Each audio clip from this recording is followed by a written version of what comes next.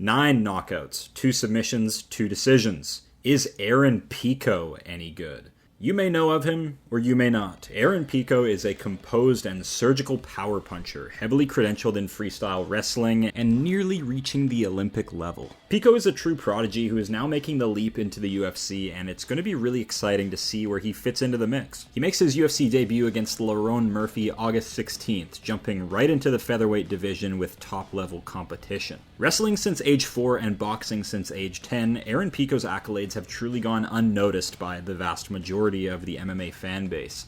This is mainly due to him starting his pro career in Bellator, where he completely skipped the regional scene. He has had some truly brutal one-punch knockouts on his record, along with his incredible wrestling abilities in the back pocket. I reject this idea that Pico is a Bellator can crusher, as he got matched up with some very difficult matchups early on, like Leandro Higo and Adam Borics, who just dwarfed him in terms of MMA experience. Aaron Pico came into the sport with a ton of martial arts knowledge and preparation, but still had to learn how to cage fight at a young age. He needed to get the reps in like all fighters do. Even Olympic gold medalists need to bank cage time and learn their lessons in the sport of MMA. It's a harsh world out there. Pico took some really crushing losses early on. You could make the argument that he landed a few beautiful knockouts which led him to fall in love with his hands a bit too much.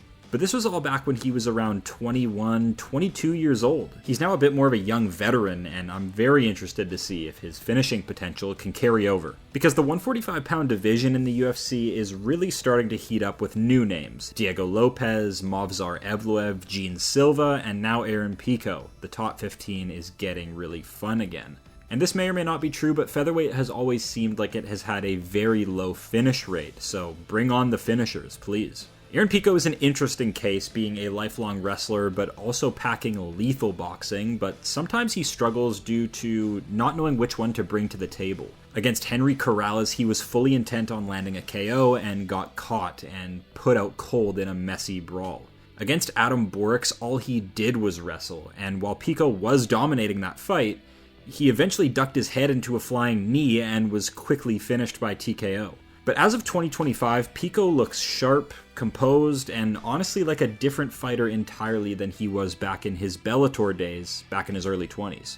But is Pico ready for that jump to the UFC? Did he get enough reps in and evolve enough to be ready for names like Lerone Murphy, Evloev, or even Alexander Volkanovski? Let's find out.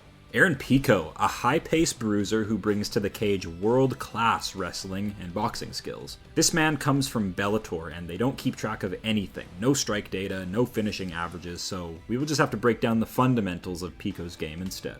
Striking style, Pico marches forward with head movement and constant level changes. He's a wrestler, so always has that low center of gravity, ready to shoot. Funnily enough, his overhands are some of his best shots. He's not the biggest kick guy, but does his best work chucking in the pocket. It works for him. I would say he does his best work out at space with the boxing or fully committed and fully in on a takedown. Grappling style. Lots of double legs, which have worked greatly up until this point, but DC would love to see some single legs, you already know.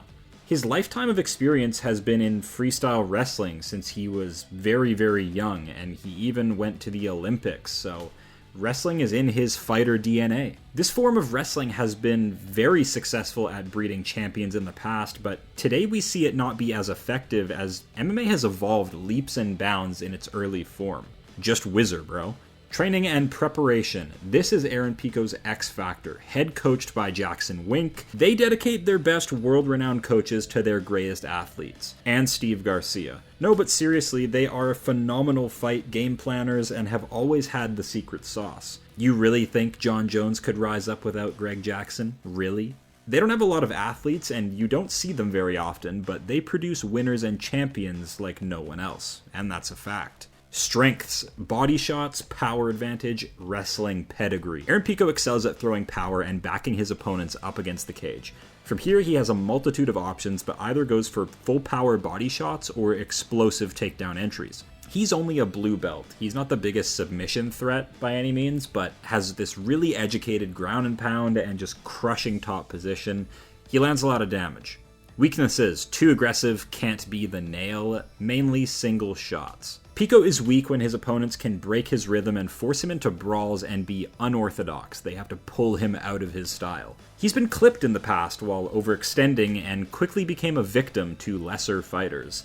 I also think he could dial back the single shots and lean into more combinations and a Muay Thai clinch. Best performance, Leandro Higo. This one gets a ton of respect from me. Aaron Pico fights a 22-fight veteran while he himself is only 3-1. That's a huge gap in experience, and Pico made Higo look like he didn't belong in there. It didn't matter that Higo had a ton of experience over him because Pico just shows up and lays out all the skills on the table. In this matchup, he was a freak athlete and just bulldozed through any kind of defense Higo had for him, didn't get wrapped up in any submissions, and ultimately landed just a thunderous punch and closed the show over a real veteran. I really rate this performance. Most fun, masterclassing John De Jesus. If you don't know much about Aaron Pico's overall fight game, in this fight he shows everything. It's up on YouTube for free, you can go check it out.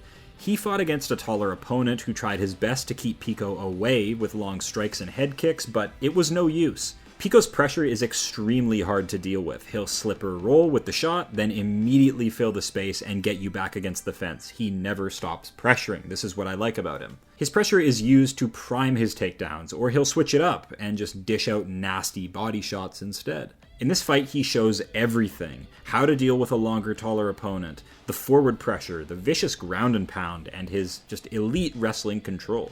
If you can't wrestle back, Pico is absolutely going to slowly cook you down until he finds that finish. The ground skills are just too good. Upcoming matchup, Lerone Murphy. Lerone Murphy is an older prospect in his mid-30s. I'm not ready to call him an unk yet because he's 16-0. With his older age comes a great understanding of boxing, footwork, defense, and evasiveness. Where Pico explodes and looks for damage, Murphy typically circles, jabs, and remains calm. Pico could bring the wrestling straight away, but maybe that's not the best path to victory. We did see Josh Emmett just pick Murphy up like he was a toddler, so I give the wrestling edge to Pico, obviously. He's the one with the credentials and the Olympic experience.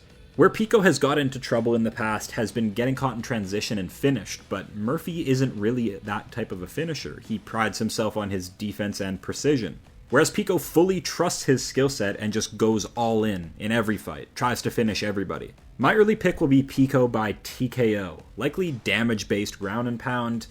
Yeah, I think he's going to shine here. It's a big step up from Bellator competition, but I do think he's in just a better prime than Lerone.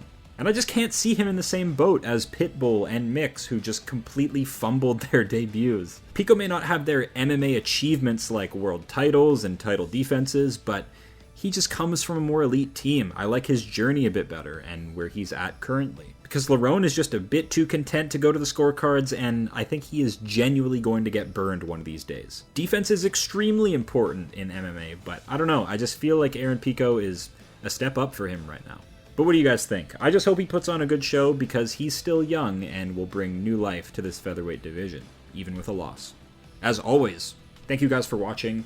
Drop your favorite Pico moment or prediction down below. MMA makes no fucking sense, but I'm out here trying to put it all together. Until next time.